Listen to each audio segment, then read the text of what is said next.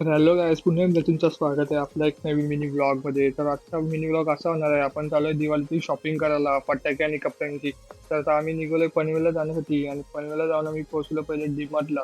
डीमार्टला जाऊन सामान घेता घेता पहिले मी माझा जिमचा सामान घेतला खावाला आणि नंतर आम्ही पोहोचलो विनोदीत वरती, कारण की खाली जाम गर्दी होती. नंतर मग आम्ही पटकस तसा सामान घेतला, गाडी वगैरे सामान घेतला, नंतर बिलिंग करायला आलो.